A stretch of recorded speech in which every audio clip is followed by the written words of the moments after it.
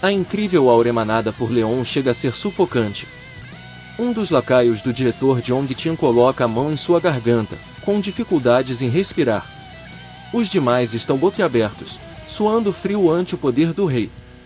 O espanto do comerciante dá lugar a um repentino medo. Ele cerrou seus dentes e soltou um grunhido ininteligível enquanto encarava a ameaçadora forma do coração de leão. Em seus pensamentos, a única coisa que conseguia imaginar era sua morte iminente. Diante da patética figura do diretor, Leon o fita, chamando de estúpido e dizendo que o comerciante acabou de confessar seus pecados. Envolto em pavor, o homem se ajoelha no chão, curva a cabeça, lutando para manter-se com um pingo de dignidade, enquanto seu corpo involuntariamente o traía. Babando, com o nariz escorrendo e olhos lacrimejando, o diretor solta um amorioso bramido, dizendo não saber onde havia errado com o prota. Leon dissipa sua aura do ar com o simples movimento de um braço, ainda continuando majestosamente sentado em sua poltrona.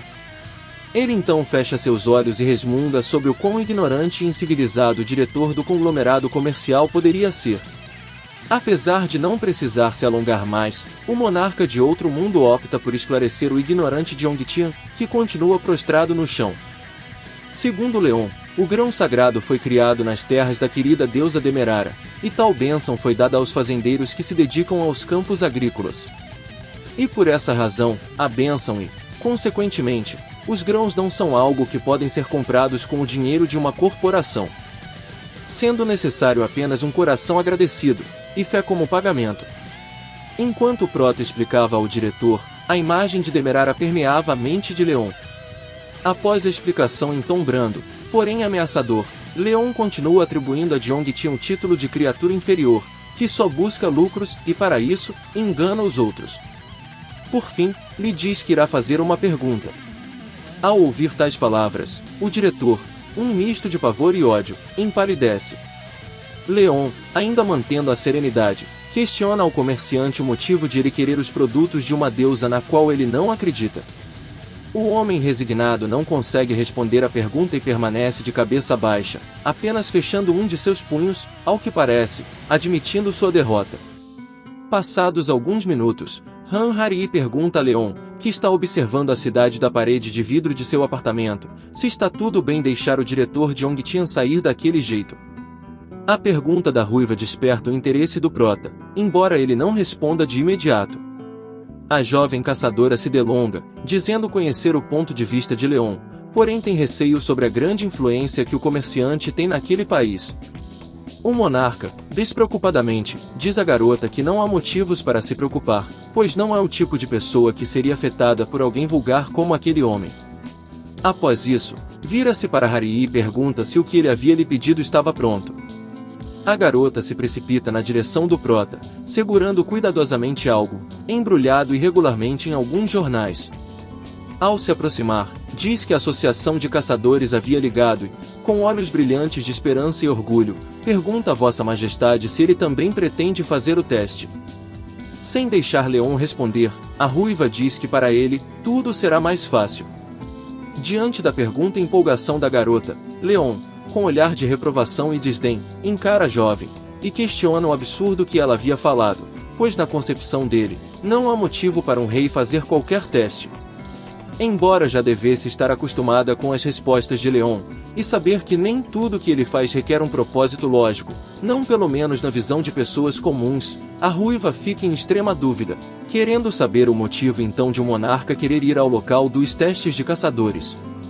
Tendo em vista a pergunta da garota, Leon a responde, dizendo que irá procurar por soldados úteis, e que está indo apenas para testá-los, referindo-se aos caçadores.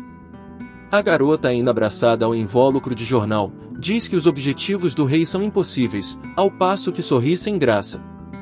Porém, Leon não se contenta com a resposta da jovem, então ordena que faça com que o objetivo se torne possível. A garota, mantendo ainda o sorriso, tenta esconder sua cara de choro, porém falha miseravelmente. Do lado de fora de um belo arranha-céu, ouve-se a conversa de duas pessoas. Um sujeito pergunta ao outro de forma retórica se ele havia comparecido novamente este ano. Um homem jovem e sorridente, de cabelos pretos e expressão amigável, cumprimenta o outro, chamando-o de Kim Do-han, referindo-se a ele como sendo gerente de time. Sendo o interlocutor apresentado como um caçador de ranking D, seu nome é Go Dae-sung. O Sr. Kim, um senhor de cabelos grisalhos e aparência respeitável, acena de volta, perguntando a Dae-sung se o motivo da ida até o local era para fazer o teste novamente. Os homens continuam a conversa, onde o Kim Do-han diz ao jovem que ele com certeza se esforça bastante. Diante da afirmação, o homem mais novo ri timidamente. O velho prossegue, perguntando ao homem se ele acredita que sua categoria irá subir neste teste, e obtém uma resposta um tanto quanto otimista, onde o homem de cabelos pretos diz que irá dar o seu melhor. Enquanto Go Dae-sung bebe seu café, o Sr. Kim lhe faz uma proposta, pedindo a ele para que se junte ao seu time. Apesar da proposta tentadora, o jovem está perdido em pensamentos, que até mesmo aqueles que não possuem qualquer tipo de talento conseguem chegar ao ranking C, mas ele está preso no D há 10 anos. Apesar de esconder, a frustração consome seu coração. Para tentar animar o homem mais jovem, o Sr. Kim prossegue dizendo que ele é dedicado e bom no trabalho que se propõe a desempenhar, e que um dia irá se tornar um verdadeiro prodígio. O velho ainda se justifica mais um pouco, dizendo que algumas pessoas podem chamar o que ele faz de trabalho braçal, mas que há grande mérito em estar no time de mineração. Dae-sung sorri e concorda com o homem grisalho, afirmando que sabe que é verdade, pois já esteve minerando por 10 anos. Apesar disso, ele quer persistir e tentar mais um pouco. Dentro de si, reflete que se não fosse pelo dinheiro das invasões, seria complicado pagar até mesmo os juros, e reforça o seu compromisso em não desistir, afirmando que o faz pela sua família, e para isso precisa alcançar pelo menos o ranking C, e deixar de ser um peso morto. O velho Kim tira Dae-sung de seu conforto interno, quando assustado questiona se havia um estrangeiro no local do teste. Um espanto percorre o corpo do velho, enquanto fita uma figura adentrar o prédio. Olhando a longa distância, os amigos começam a se questionar sobre a etnia do estrangeiro e sobre quem ele é. Apesar das muitas especulações, chegam a uma conclusão: aquele homem certamente é da realeza. A figura não era ninguém menos que Leon Lionheart, o sobrevivente de um mundo devastado por demônios. No entanto, os homens ainda desconhecem tal informação. De forma amigável e informal, o velho se aproxima do monarca e o chama de garoto, o que faz com que Leon gire seu rosto um pouco para trás e analise o homem que o chamou. Sr. Kim, demonstrando simpatia e humildade, tenta falar com Leon em inglês, perguntando a ele como ele está. Inicialmente, o prota fica reticente, mas logo fecha a cara e, com um tom ameaçador, questiona o Sr. Kim sobre com quem ele acha que está falando. A reação pouco amigável faz com que a alma do velho saia do corpo, deixando Dae-sung atônito. Sem querer acreditar na malcriadagem de Leon, o Sr. Kim releva o insulto e, voltando-se ao amigo mais jovem, diz que a forma com que o prota aprendeu a falar coreano foi bem estranha, obtendo a concordância do ainda chocado Dae-sung. Mais adiante, Leon observa de soslaio Dae-sung, o que faz com que o jovem tenha calafrios. Os olhos do prota são como imãs que atraem a alma do jovem, fazendo com que ele fique imóvel e assustado. Ao ver o companheiro hipnotizado, o Sr. Kim procura saber o que está acontecendo. Vendo a palidez do jovem, seu corpo paralisado, como se estivesse diante de um terror inominável, com gotículas de suor escorrendo por seu rosto, o velho chega a perguntar se Dae-sung está com dores de barriga. Alheio a tudo, focando apenas no olhar do estrangeiro, o jovem se pergunta o que está acontecendo, por que não consegue respirar e não tem qualquer reação muscular. É como se algo estivesse pressionando, um ser grandioso o observava. Uma bela secretária da Associação de Caçadores subitamente aparece em uma das portas do salão em que os examinados estão. Então, grita pelo número 57, berra o nome do candidato Go Dae-sung. Identificando, pede para que o homem se encaminhe para a sala de entrevista número 2. Subitamente, o jovem é retirado de seu transe e responde, gaguejando, que está a caminho. Agora, de forma mais discreta, Leon continua acompanhando o homem de cabelos pretos, que se encaminha até a secretária. Leon desabafa, afirmando que só há um. Apesar de ter ido ao local do teste sem o intuito de encontrar pessoas fortes, é uma pena não ter bons candidatos para serem seus soldados. No meio da multidão de examinandos, o prota reflete que aquele é um local onde apenas pessoas de baixo ranking ou aqueles que despertaram recentemente vão. Entretanto, está conformado, já que não pode esperar grandes coisas logo de início. Uma voz chama pelo candidato número 77, Leon Dragonia Lionheart, pedindo para que se dirija à sala de entrevista número 9. Leon adentra um cubículo. Lá dentro esperam 3 homens engravatados, ao redor de uma esfera armilar. Um dos homens, com a prancheta nas mãos, questiona sobre a identidade do prota, chamando por seu nome, o que faz com que Leon novamente se irrite, ordenando ao plebeu que o chame de Vossa Majestade. Ainda que sem graça, o homem atende ao pedido do rei, para logo em seguida sugerir que o prota estenda a mão sobre o artefato astronômico. Leon descrente encara o globo, sua expressão impassível permanece. Neste meio tempo, os examinadores verificam a ficha de Leon, que contém uma foto, algumas informações pessoais e diversos gráficos. Por fim, o monarca finalmente toma uma ação, chama o examinador com a prancheta de estúpido, deixando este último confuso com a reação de Leon. Novamente o prota se sobressalta, questionando aos membros da banca examinadora como eles, réis plebeus, poderiam sequer sonhar e medir a honra de um cavaleiro sagrado. Ele ainda prossegue afirmando que somente honrados cavaleiros e os deuses poderiam fazê-lo. Desesperadamente o avaliador intervém explicando que quem irá fazer o teste é na verdade o dispositivo, o que enfurece ainda mais o prota, afinal, uma mera máquina não teria condições de testar um cavaleiro. O examinador empalidece sem entender o que está de fato acontecendo, enquanto se pergunta qual era o motivo do prota estar ali.